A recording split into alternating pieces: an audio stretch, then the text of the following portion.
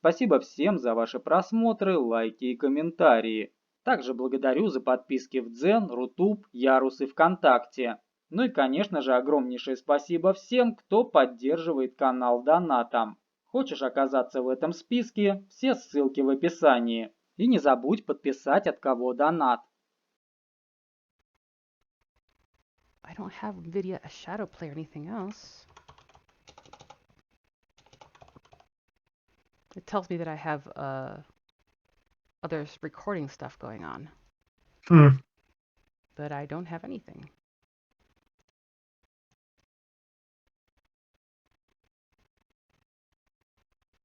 It's on streamer mode.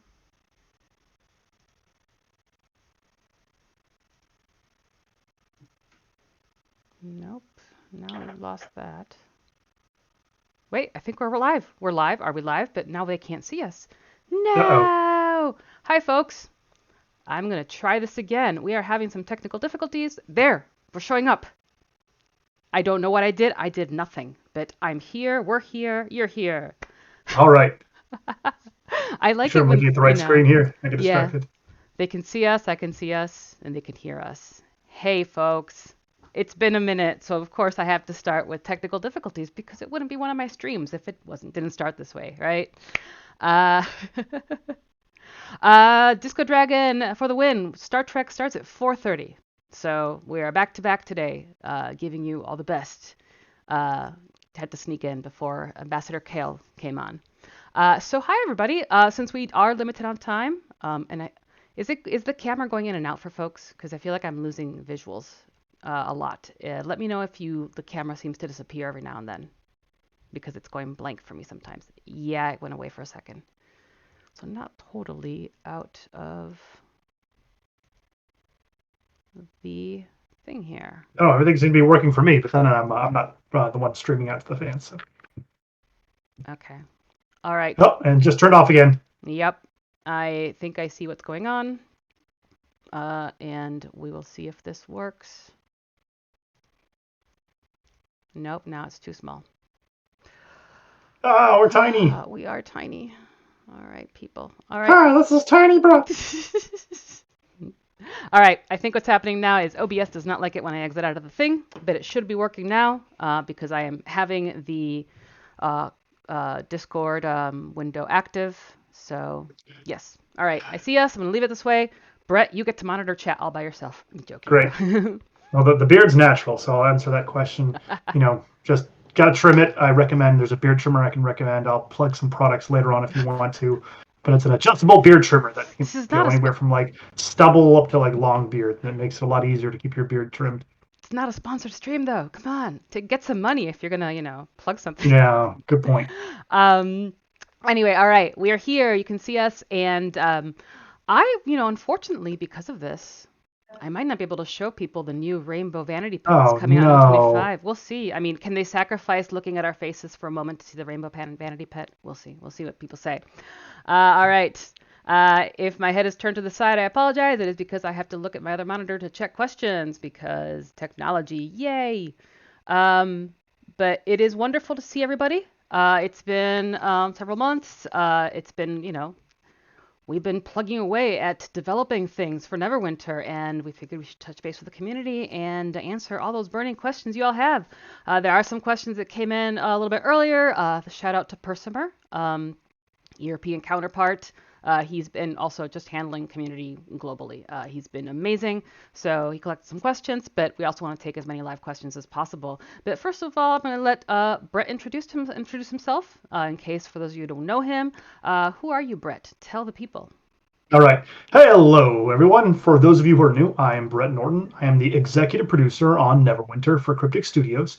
That generally means I'm sort of the caretaker and manager of Neverwinter as a whole. I work with the designers, the artists, other producers, business people, all of our various partners at Wizards of the Coast, Gearbox, San Francisco, etc., to sort of make sure that Neverwinter happens, that we release modules, we put out good stuff, we continue to grow the game. I also work sometimes with some of our partners on the creative end, etc. And every now and then I get in, I monkey around the engine and make some changes myself. So sometimes I get in and do some hands-on work, and most of the time I'm more to manage managerial level. But I get a chance to see and review just about everything that's either proposed, designed, or developed for Neverwinter. And I'm a pretty big fan of Neverwinter itself. I've been playing it for many years now, and I've got a couple of characters that I take through various forms of endgame content. I've done some of the harder trials, and I generally stay on top of what's happening on the live servers. So I'm pretty familiar with the game, and you can usually ask me questions about what's going on there, and I can try to respond as accurately as possible. I can vouch that Brett has kept groups of people alive when we've done internal playtesting, and I forced him to be a healer. So, you know. Although, oddly enough, I actually play a tank mostly on live, but I do have several different characters, and I've played both healers, DPS, and tanks. Yep. And for those of you who don't know me, I am Nitocris Julia, the community manager for Neverwinter, and I am very glad to see, like, hello to everybody who's saying hello. It is very nice to see. I can recognize names. Hasn't been that long. But this is a quarterly Q&A stream with our executive producer. We've been, last year was actually really awesome. We managed to hit every quarter a Q&A stream, which, yay, we kept on schedule, which for gaming development doesn't always happen. But I am positive there's going to be lots of questions about upcoming content. So just to kind of rip off the Band-Aid, we have not announced a release date yet. That has not happened, and we are not going to announce it today during the stream. Sadly, I don't get to do any cool big spoilers for upcoming releases. Obviously, there's some things on the preview shard that you can jump in and take a look at, but formal announcements for when things are happening and what's going to be will be coming shortly, fortunately. Yep. And things that are in preview is fair game to ask about. So because it's out there publicly, we just can't give you a date of when you'll be able to play it live. So let me check on some questions, unless something has caught your attention already, Brett. Otherwise, let's see. I'll jump in and tackle one right now. So people are asking a bit about Vollenhaus and chaotic writings and the movement of Juma. You will still be able to use chaotic writings for the campaign in mod 18 in Vollenhaus. However, you won't be able to purchase Juma bags with them anymore. So the chaotic writings will lose obviously a decent portion of their value. We will encourage players to spend those prior to the new module coming out, and we are making some adjustments. Actually, have already made, and they may be up on preview. I don't know, to how to basically complete insurgencies and other things in module 18. Vollenhaus will basically see a decrease in the difficulty for accomplishing things like the Awakened Forges box, as well as completing the sort of Rage of Bell campaign path. So it'll take a bit fewer people. The insurgencies are getting easier, insurgency bosses are getting easier, etc. So we know that moving Juma will make it such there's probably fewer people running around in Vollenhaus as they sort of move towards our new zones. But as a result of that, we're trying to make sure that you can still progress, still get the Awakened Forgers box if you haven't already done that, without having to require huge groups of people to do insurgencies and Bell and other content that's still in that path. But chaotic writings will not be something that you have as much value once Juma moves. So before we get to the release, we want and encourage players to spend those chaotic writings as Juma is going to take up residence in the new zone. Yep. And by the way, shout out to those of you who did hashtag free Juma for so long. There you go. You successfully freed Juma. It was really cool to see, players noticing that Juma's out of the cage and all that fun stuff. So it's really great when we get some of that community involvement in the game. There was a question, which is, are we getting any? I'm going to ask the question that was in chat, and then I'm going to expand on it, if you don't mind. And it was, are we getting any updates to Gond? Which I'm going to expand to. Brett, how do we approach updates to our events in the game? So we do updates to events periodically. We try to hit a couple of events every time we work on a new module release. Usually those are for the events that are sort of themed around the module or happen shortly after the module's release.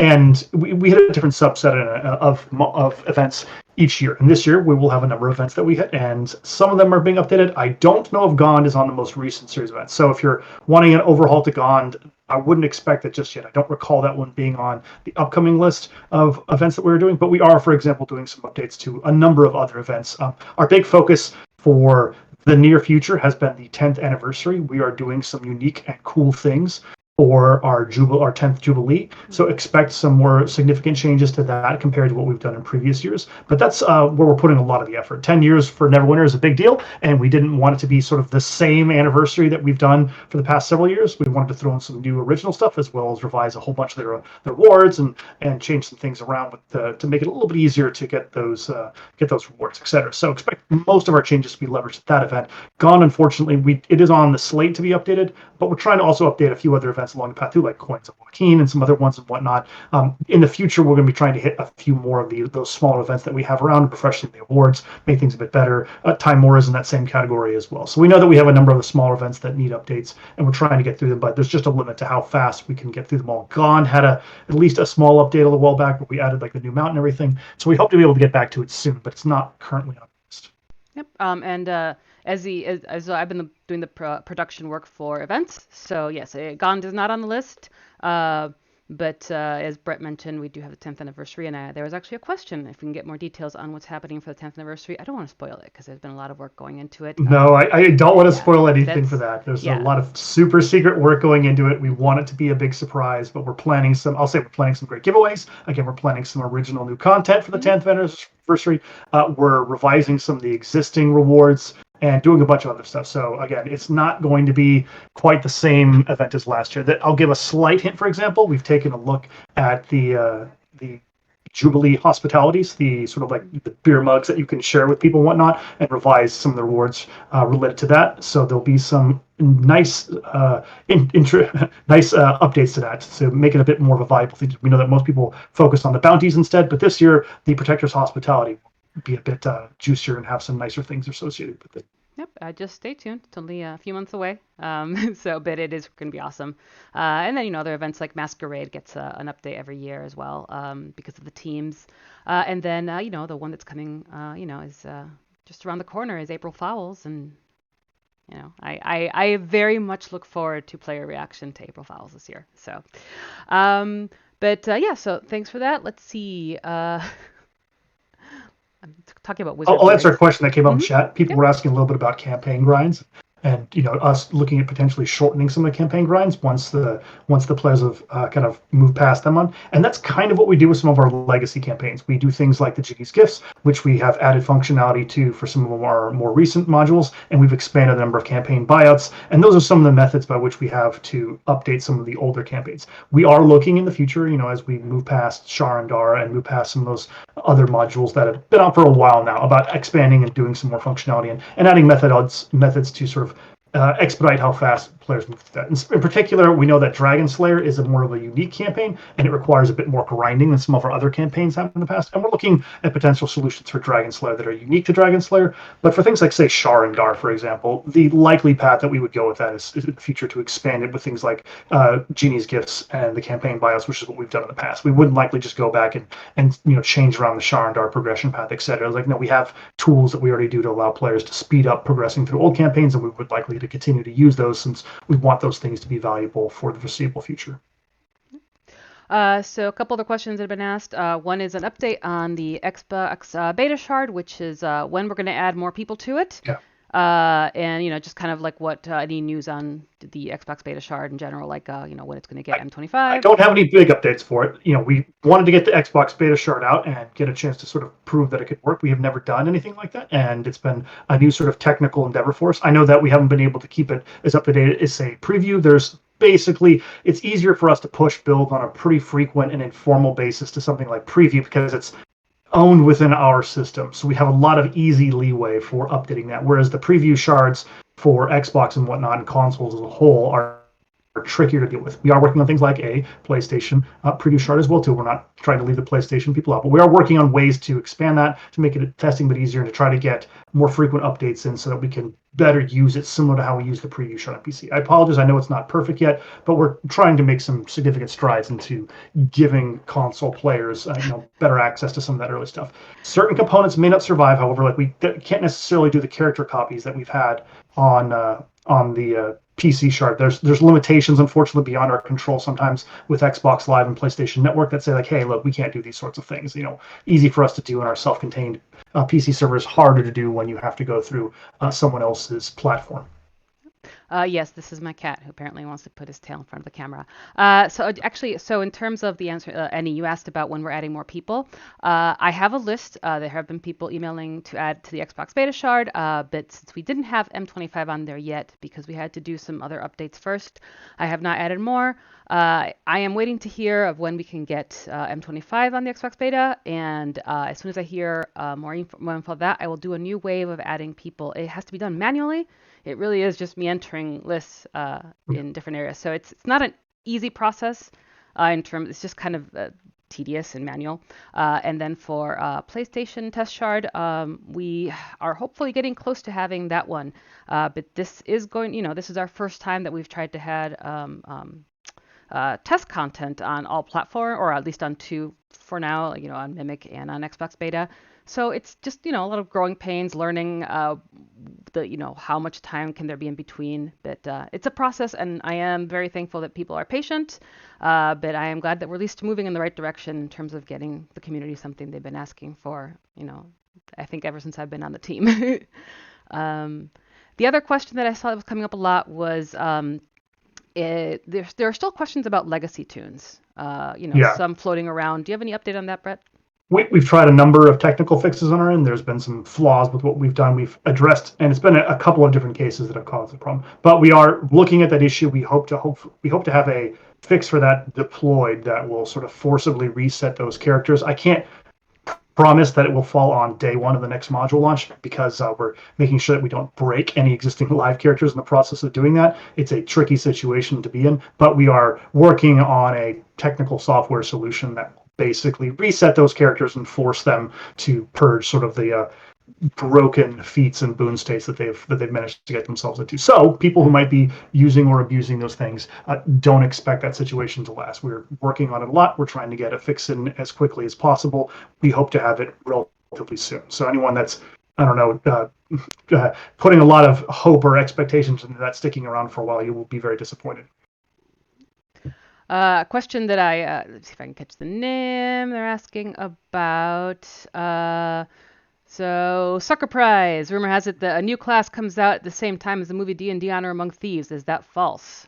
It's false. We'll let Brett talk about it more. Yeah, no. And I've tried to forewarn, we are not currently working on another class. Classes are a significant amount of effort, and the community has, rightfully so, pointed out a number of issues that we would like to fix with current classes before we jump into adding a new class to the game. And I apologize. We have been wanting to work on Paladin updates for a while, and we have some changes that we have begun working on, but they are currently not in a state that we're ready to roll them out and do some other fixes with. So the current Paladin updates are not likely to be expected a part of the next module. I can't give a time frame for when they would likely roll down, but we're looking at trying to do some small updates to what we can, probably between the next two modules, but no promises yet because our team is pretty tied up with a couple of major features for the current module and the upcoming next module right now. So as much as I'd like to jump into we're doing a lot of class work, it definitely takes a lot of effort for us to do those. Yeah, and we with the movie coming out on March 31st, it would be probably not optimal for us to release a class without having shown it to the community first. Wouldn't do that. Yeah. I'm excited for the movie. It looks like fun. I'm hoping it's a good movie. We have not been privy to things like tons of spoilers. We know a bit about what's happening within it, and we've gotten a little bit, but they've kept a pretty tight lip on what's going to happen in the movie. They didn't want a lot of leaks or other things to go out. So, it's been kept pretty close to the chest. But we're excited for it. The Cryptic team is actually going to go see the D&D movie around the time it comes out. So, and I'm hoping that it has a great sort of vibe to it. It looks like it's a lot of fun. I get a lot of Guardians of the Galaxy kind of vibe from it, which I like those movies a lot. So I'm excited for the D&D movie. Yeah, I can't wait to see what players' reactions are about that. I believe I am planning a stream the week after the movie comes out, so it will, have to keep spoilers to a minimum, but I am excited to see what people think if they manage to see it within the first weekend. Let's see. So we haven't gotten questions about Stronghold updates, a variety of questions about the topics. I don't know if you want to just talk about it broadly. We've done a few updates to Stronghold in terms of, we revised Dragonflights a while back, and then we did some updates to the Stronghold food We have a couple of other smaller ones that we might be able to get to over the next few months, but we do not have a substantial. And I've tried to forewarn with this. We're not planning a substantial update to Stronghold. We'll see if we can continue to make some quality of life improvements to them. We'll see about trying to do some things like loosening some of the quest repeatal limitations and other things like that to try to make it a bit easier for people that are still leveling up new Strongholds to do it a bit faster and whatnot. We know that there's a large number of max rank guilds and Strongholds out there that players are using, but for the people that are still trying to level it up, yeah, we'll see if we can make some quality of life adjustments to just allow that to be a lot faster, since the majority of the player base is using those maxed out guilds and Strongholds already. We're getting questions about other games, and actually we've done this before. Several years ago, we did the Rocktober bug squashing, where they're saying, have we ever thought about, or have we ever planned to do anything where we spend, instead of developing new content, no updates, just to focus more on bugs, quality of life updates? We certainly do, but I'll say that it varies a little bit sometimes by the people associated with it. For example, we can squash bugs, but for stuff, say class bugs or systems bugs, sometimes items bugs, a lot of those fall on the same people, and so there's only amount of bandwidth that we can do at any given time. And we try to carve out a certain amount of time at the end, sort of beginning of each of our major releases to do bug squashing. And you'll probably see some changes with M2.5 where things that probably weren't super related to just the new features and new content that come out with that module that it just seemingly fixed. Like, oh, hey, they fixed this and they fixed that, and that wasn't really associated. And that's some of what goes on. To note, there are things, like you said, like class reworks and updates. Those take a considerable amount of effort. Those aren't, even though they're existing things within the game, like the Wizard update took a substantial amount of effort. That was probably a month plus long endeavor by one of our more experienced designers, et cetera. So that's not something that, we can kind of, knock out in a couple of days or even a week. It takes a lot more time. We treat those kind of massive undertakings as actual features to be released with the game because of the amount of effort that it takes to go with them. Typically, when we're doing like a bug hunt or something like that too, we may have a couple of weeks to do it. So we're targeting things that can be done within that time frame. It doesn't help us if we can only get through like a small amount of things here and there. But we do try to tackle bugs and issues with everything across the game, ranging from companions to the economy, very small bugs here and there, every time we come with a module. And I think with the next module, once we put out the full patch notes, you'll see, there's a lot of areas that got improved, and there was some small quality of life changes here and there to things that weren't major features or content for the new module. So someone, Zakor says, new trial seems to be only visible to about 50 to 80 player maximum. I'm assuming you're talking about preview, and that is because we did not have the trial open all the time. We've been opening it up on a weekend, and that is because we still want the trial to be challenging when it goes live. If players can just access it 24/7 on preview, then they can just beat everything on preview, and then when it goes live, they'll get it done in the first day. And we still want to make it challenging. And there will be a master and a normal level of the trial as well. So hopefully when the content goes live, everybody gets a chance to explore it. There's also some questions. Sorry, Kitty. Nope, you're not going to stop the stream. I love you, but no. There was questions about the Dragons in Siege one-shotting people. Have you heard about this, Brett?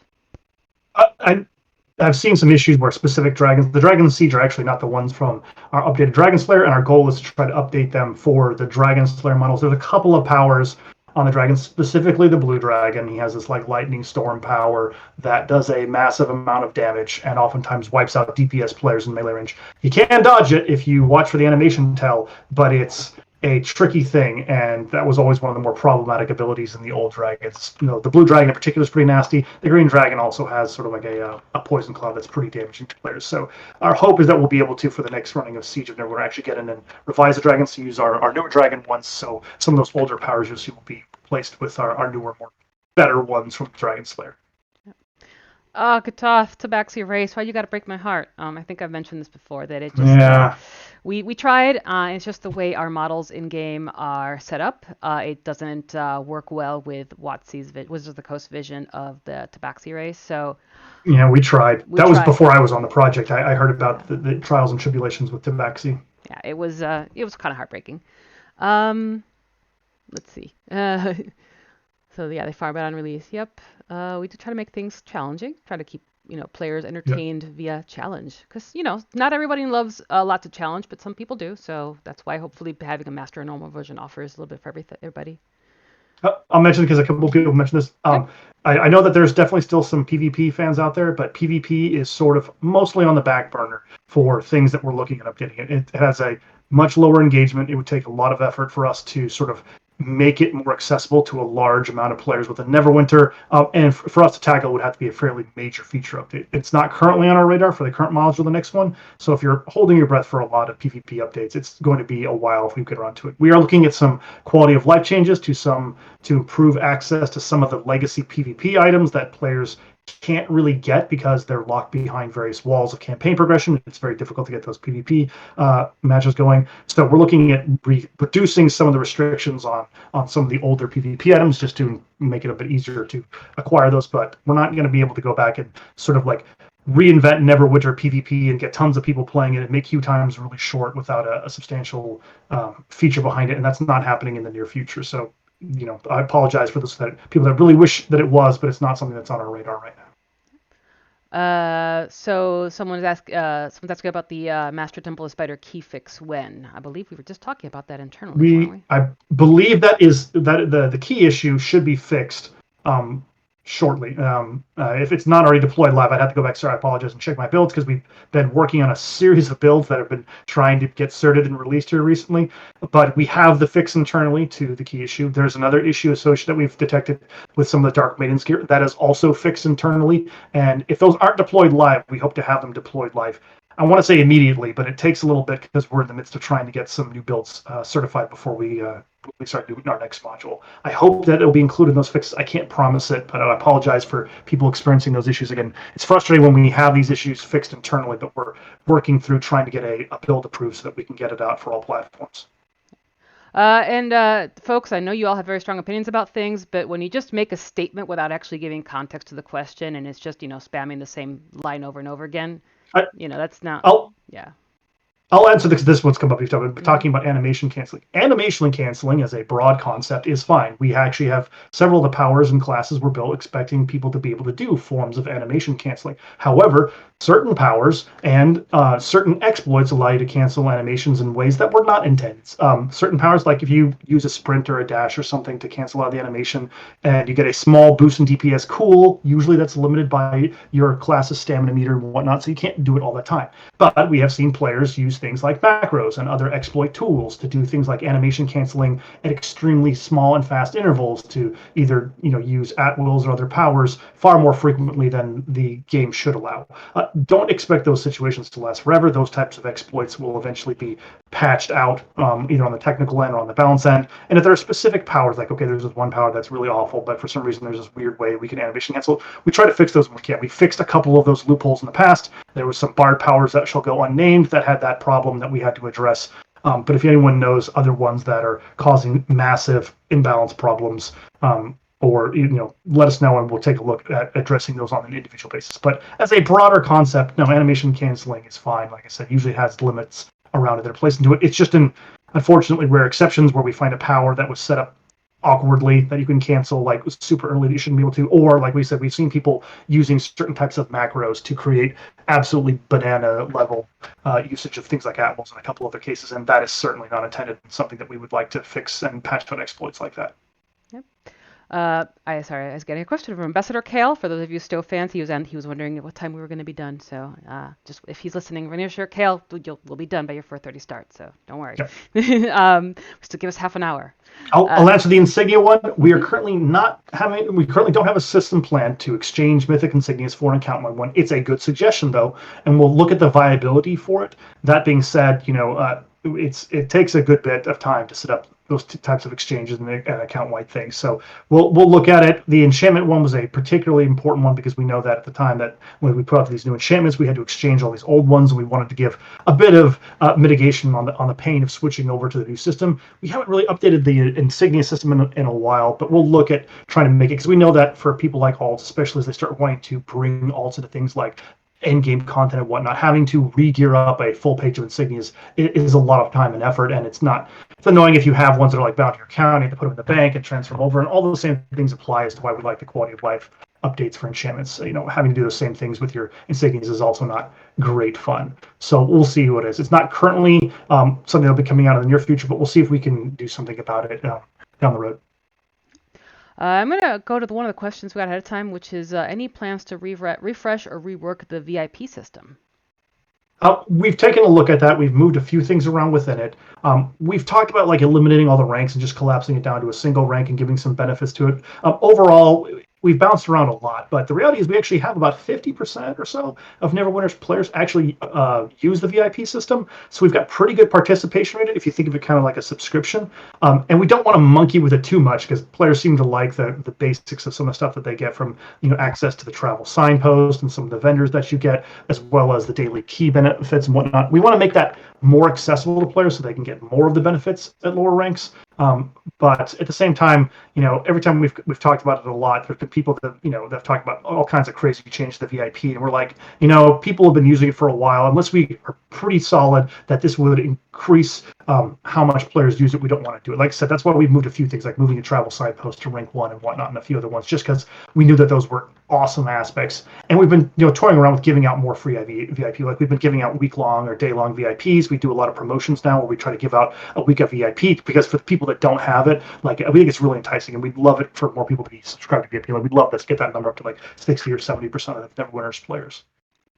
So seeing a lot of questions regarding classes and classes and boons and that kind of stuff. So I definitely can look into getting a system stream, more system specific stream down down the road. But there was one question which is why scrolled away. Why do 6 classes have 2 roles but 3 classes don't? So I don't know if you want to talk a little bit, Brett, about the philosophy about why some classes are divided the way they are. The classes are divided the way they were as part of sort of the M16 class rework, and it kind of broke things up in a way. I think that question might be a bit loaded, because what I think they're asking is there's certain paragons that are not great right now. And I know it's come up a lot that the Rogue Whisper Knife is not in a great spot right now. We're aware of wanting to do some work with that one to fix it up. And, Wizards just finally got an update to that, which helped the Thaumaturge out a lot. Prior to that, a lot of people wouldn't play Thaumaturge. So we're glad to see players are willing to engage with the Thaumaturge again. And eventually we definitely want to get the same benefit out for the Whisper Knife, as well as, the Rangers off specs, etc. So there's a couple of paragons that are not holding up well, and we have plans to try to address those.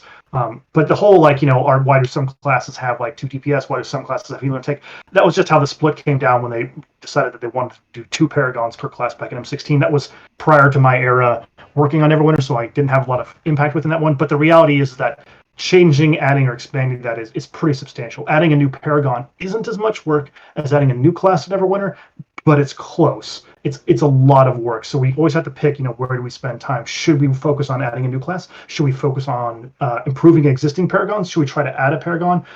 In most cases right now, my preference is to try to work on fixing some of the underperforming paragons, as well as just some of the classes that struggle. But again, I've talked about some of the concerns we've seen over Paladin, et cetera, and some of the improvements we want to do, especially for Paladin healers and in small groups. And so those are the things we're likely to focus on first before we, for example, we're going to try to add a new paragon to rogues or a new paragon to something. Question: will you be updating the Reaper Marks rewards and trade bar store? We are looking at that. No promises here on the short term, but we have looked at what we can do to try to make those shops better.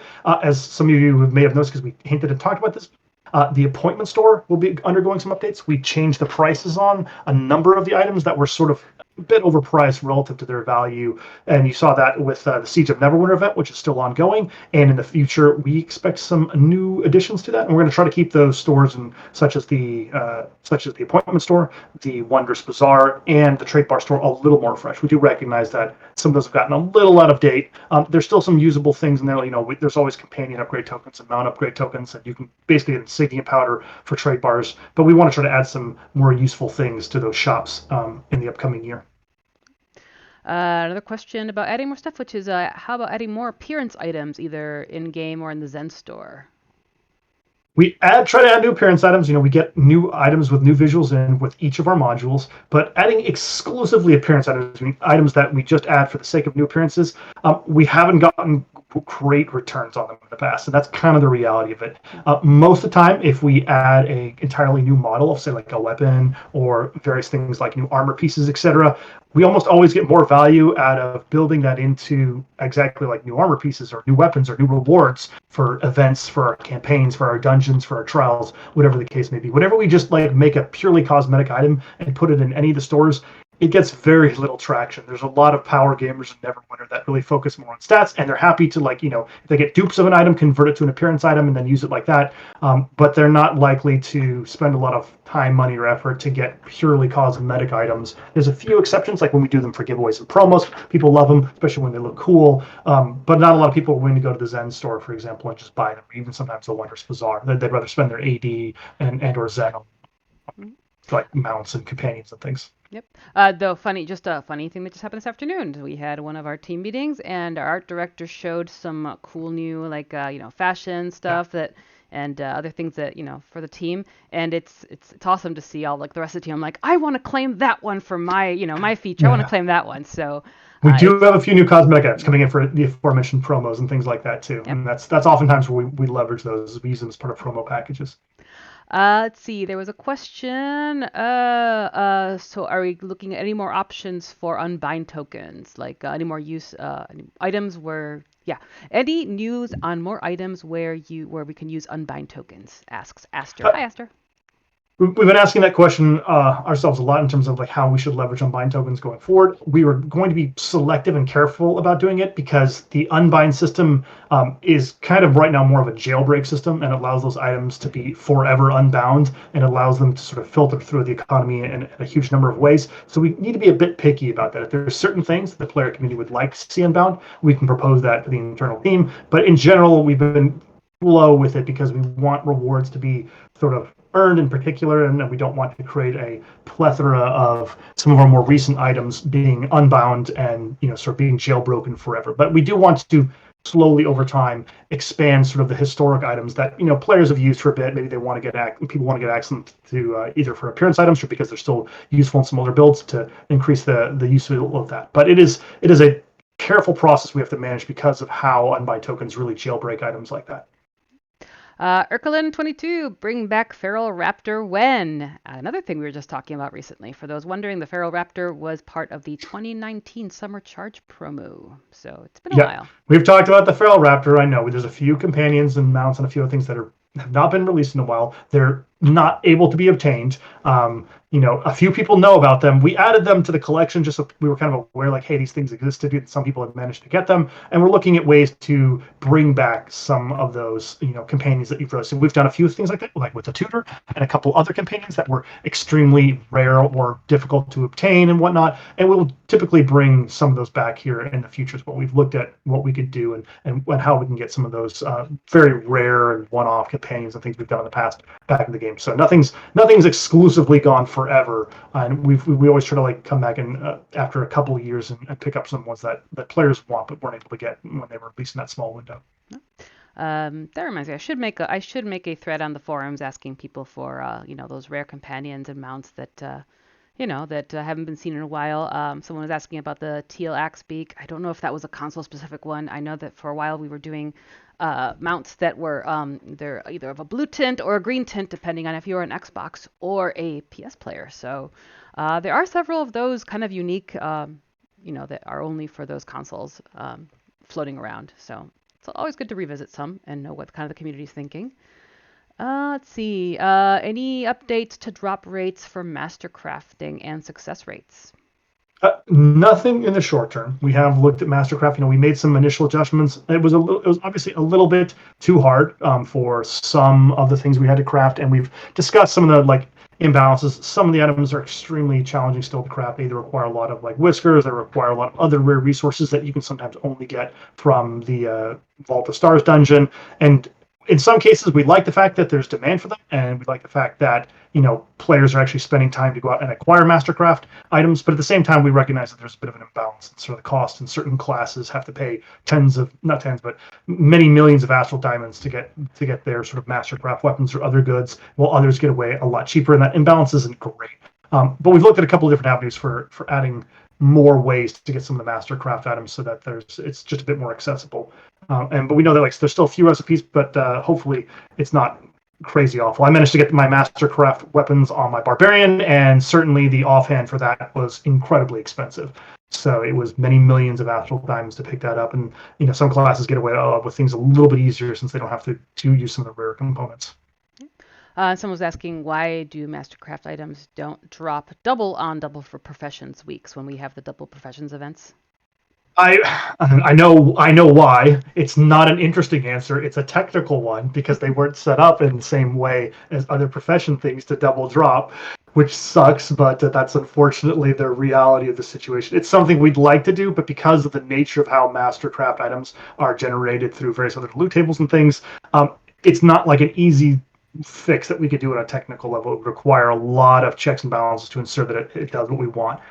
So I agree. It would be great if they did. It would drive people more towards professions and doing certain pieces of content during those weeks. But sadly, that system wasn't set up that way from the get-go. And since it wasn't set up that way from the get-go, reverse doing it now would take a decent bit of effort. But we can I can talk with the team. We can try to see really if it's something we think we can manage. If we could just at least do it for the most recent Mastercraft resources and some of the more popular ones, that might help the situation a bit. But it's challenging for us to say, okay, we could just easily do it for across all the ones, because from what I've seen, unfortunately, it has to be manually updated in a lot of places to catch that, since it wasn't done and that way from the get-go. Any updates on the normal version of Zerial awarding the completion achievement? We'll double check that. That's actually it should. And as long as the achievement doesn't specifically say complete the master version, then it should. If that's not a bug, I'll make a note here to type that as a bug. We've been trying to fix a couple of various achievement issues that we've come across.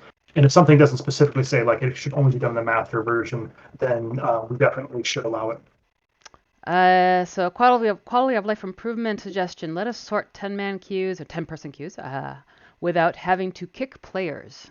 What are your thoughts on Yes, players? I know. I completely agree. That is a huge queue. Well, we've talked multiple times about trying to get a better queue group / raid sorting mechanic, and it's not the greatest. And I apologize for how much effort that takes. It's something that's been on our list of like, okay, can we do this? Like, can we get the UI time and all the software time it would take to allow some great resorting this? So it's a bit of a heavyweight feature, since that the window that as it was originally constructed was not built to do the flexible things that we want to, but it's something very much on the software and QL side that we'd like to bite off on. It's on our short list of like, these are like key UI quality of life improvements we want to do. The inventory ones that we did a while back with allowing sorting and filtering and whatnot of inventory was also on that list, because we know lots of players, including myself when playing the game, have huge inventories, and being able to sort that, and the whole queue group sorting list is on there as well. Yep.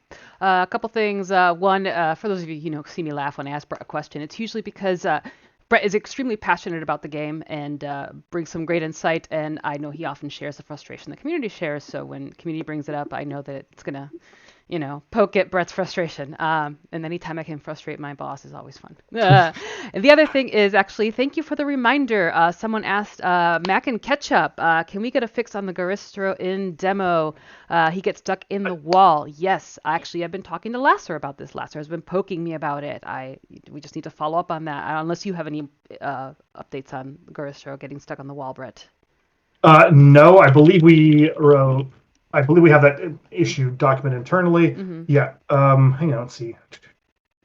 Yeah, unfortunately, it is open, but we're trying to get a better repro for it so that we can better figure it out. But it's not fixed yet. We do have it documented. I was just double checking to make sure. Yeah, we have that one tracked. But I don't have a fixing for it just yet. Apologies. All right, but yes, thank you for the reminder, and I'm sure Lasser is somewhere feeling vindicated. Oh, yes, there he is. See? Hi, Lasser.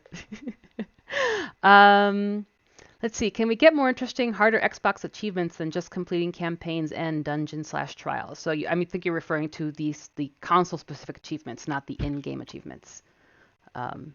So yeah, Brett, what are your thoughts on getting? I have some ideas of why we don't make them too complex, but I don't know if you have any insight into. Generally speaking, we try to have the in-game achievements. We try to offer a larger subset of fairly interesting ones in terms of like, hey, here's some really eclectic ones that'll have you required to go do here, go do this, etc. For the ones that actually are, platform driven by things like trophies or by the Xbox Live specific achievements, generally we try to make those more on the accessible end so that players can unlock their sort of platform points in whatever way that we want. We try to put in some more unique ones for the in-game stuff that we can attach. We have a bit more flexibility with what we do with some of the in-game ones, and we're less restricted in some of the point categories. And like I said, it's a tricky situation. I can't comment on it too much since I'm not the one that implements all the achievements, but we try to have a subset of achievements and trophies that feel good but aren't ridiculously hard to get, while we still have some of the ridiculously hard to get ones being used through our sort of in-game achievement system that drives sort of like some of the player completion stuff, like defeating some of the master trials without people dying, etc. And just a little side note, so there are very strict rules about editing achievements that are console-specific ones for the platforms. Each of the platforms is very strict about rules about you can't, if you create an achievement, going back in and trying to edit it is a big no-no, just because, you're setting up a certain standard, certain point equivalency. So making them, a little bit more less complex, more straightforward. Go kill this, complete that. Makes it a bit easier also on not having to go back and then somehow having to edit the achievement. So it's when you're working with other platforms or third parties, there are different layers than when you're just working on the product. Let's see. Yeah, we have a bit more leeway when we're with our in-game ones for fixing things. Brett, do you think you can implement a quality of life feature where you can favorite mount combat powers? The amount of mount combat powers are getting quite large. In general, mount combat powers, as well as some of the other sort of, we'll take a look at and see if there's what we can do QL-wise in terms of making it a bit easier to sort those kind of long list. Companion player bonus powers are kind of getting into the same boat, especially if you have a lot of them unlocked. It just depends, but that's kind of. After getting our inventory QL fixes and getting better sorting for some of the subsystems, things like companion player power bonuses, mount powers, mount costumes / skins that you can work on. Those things are all great areas for future interface QL. Yep. Although I'm still going to lean more towards on wanting to get the Q group one fixed up next if we can. Yep. All right. So let's see. There was another question here, unless something else caught your eye. Here's a question about M25. Is it possible to keep the 3 insignia bonuses while having 4 insignias equipped? I think so. I'll have to double check. I believe they require unique insignias so they don't clobber, but I'd have to check with our systems team to make sure. But I'm pretty certain that is the case. If that's not, then we'll have to make some adjustments. We certainly want players to equip 4 insignia bonuses. We don't want them to feel like, I don't want to equip a 4th insignia because it would get rid of my important 3 insignia slot bonus. I'm also seeing some questions about more streams, and if I do want to definitely plan a systems one. I have to talk to the systems team, the lead, and then the other actual systems designers, and see how we want to arrange that. But it would likely be after M25, just because there are some changes coming in M25 that might influence the kind of questions folks have. So I would not expect another stream pre M25 at this point, just because your questions will likely change after you've had some chance to kind of play around with M25. Let's see. Go ahead, Brett. People have asked about Paranoid Delusion. The Paranoid Delusion is undergoing some radical changes for the next module. Mm-hmm. Don't expect it to be in the place that it is right now on live. It's going to change a lot. The days of questionably broken and not in a good spot, Paranoid Delusion will soon be over. So I would highly encourage you not to go out and spend all of your hard-earned resources acquiring Paranoid Delusions right now, because the way they were set up was not great. It was buggy and problematic. We've spent some effort as part of our companion update for the next module addressing those, and we're trying very hard to ensure that they are in a much more fair and compatible state with the other ones, which means that they're not going to be, in some cases of some classes, ridiculously overpowered is the way to put it. So don't expect that situation to last. I know some people have been asking about the shield glitch. They're talking about the shield glitch relating to like deaths. We've tried very hard to get a consistent repro from that. We have not been able to get a repro for that internally. We are aware of it, and we've tried several times to figure out what's causing it, but we have not been able to get it to happen consistently enough to say, okay, cool, we know why it's doing it. We know what series of events is triggering this, because we've run numerous internal tests trying to repro it. And QA has, let's say, killed themselves a lot on paladins and fighters and have not been able to get the case to occur in a situation where we can trap why it's occurring. Yep.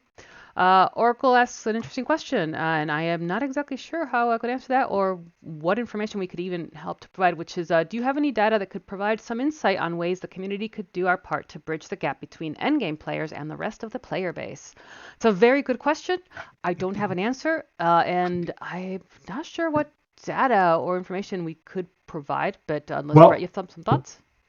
I'd just say that we are looking at ways so that it's not as much required by the community, but it's something that we'll do more of in game. I can't offer any spoilers, but we are currently looking at, and it's not near term by any stretch of the imagination, but something up and coming we have talked a lot about internally is trying to provide a more clear path for players, for example, who have just reached level 20, and how to get them to move towards the end game content and end game systems a lot better. And we have some current work planned to facilitate that.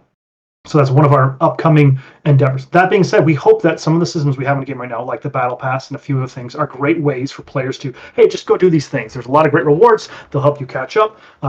And they hopefully encourage you to do things that are also good for you, such as running the various queues. Running a random trial queue is a great way to get astral diamonds, which can be used to acquire other things that will improve your character. So not only are you advancing your battle pass, but you're earning a lot of astral diamonds and seals, which will let you get gear, let you buy stuff off the auction house, progress your battle pass to unlock new things to advance your characters. So we've tried to put in a few systems that where if you just kind of do the obvious thing, you're doing good things that will help advance your character. But we recognize that we need a bit more work there, and that's something it's not distant future, but it's also not near term. It's mid future that we're looking at trying to work on. Yep. And no, since the new artifacts are going up to 1500 level, we're not necessarily going to bump up the old ones just yet. We'll take a look and thought about that down the road, but no current plans to retrofit old artifacts. You anticipated my next question, which is, we have a few minutes left. But before I ask, I can look at the questions, but I am going to show you the next community vanity pet. Forgive me if you lose visuals. You should hopefully still be able to at least hear us. Let's see. We have, so people are used to, oh, come on, mouse. There we go. So people are used to seeing that. And not that. There we go. So people are used to seeing those. That does not include the mounts. Those are just the vanity pets we currently have in the game. And we're like, okay, well, what's missing? What do we feel is missing? And there we go. You're getting a rainbow beholder vanity pet. And it is actually really awesome to see it in game. And it'll be available with M25 as a community exclusive, which means I will work with our content creators so they can have some codes to give out, and I'll be giving them out as well. And I also have some insight into what the next ones are coming out, the next rainbow exclusives. I'm also going to try to sneak in a mount. Hopefully the rest of the production team doesn't yell at me. But in the meantime, we do have more vanity pets planned. But I know a lot of you look forward to each of the new Rainbow community exclusives. So hopefully you enjoy when the Beholder comes out. And those of you who did have a chance to check out the trial from 25 on preview, you kind of understand why it's a Beholder.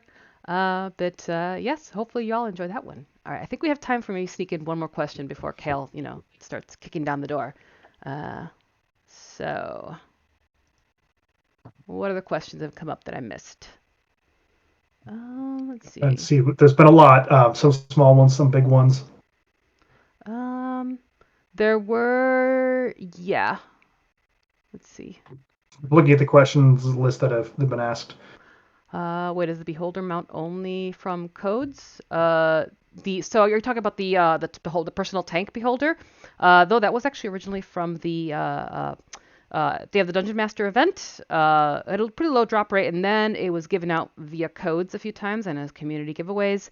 And now it's actually in the appointment store, if I recall correctly. Yeah. Costs a couple of tokens, but if you like that, you can pick it up at the appointment store. Yeah, and there are actually more updates coming to the appointment store with M25. We did some price adjustments prior to the new module release, but when the new module releases, there should be some new goodies in there. I know someone asked about boons. They're still on our to-do list, but it's not short-term just yet. Hopefully before long-term, but unfortunately we weren't able to squeeze it in to the current module. And apart from maybe some small fixes, we're not going to be able to do a substantial revamp to it just yet. It's something that we've talked about a lot, but every time we get down to brass tacks, it's like, oh, this is going to do the thing we want to do is always going to take more effort than we think that we have easy time for. So it's in a tricky situation where we might just do some small fixes because we'd like to make some improvements and quality of life updates to the existing boons, but the solution we want to do would take a bit more time than what we have.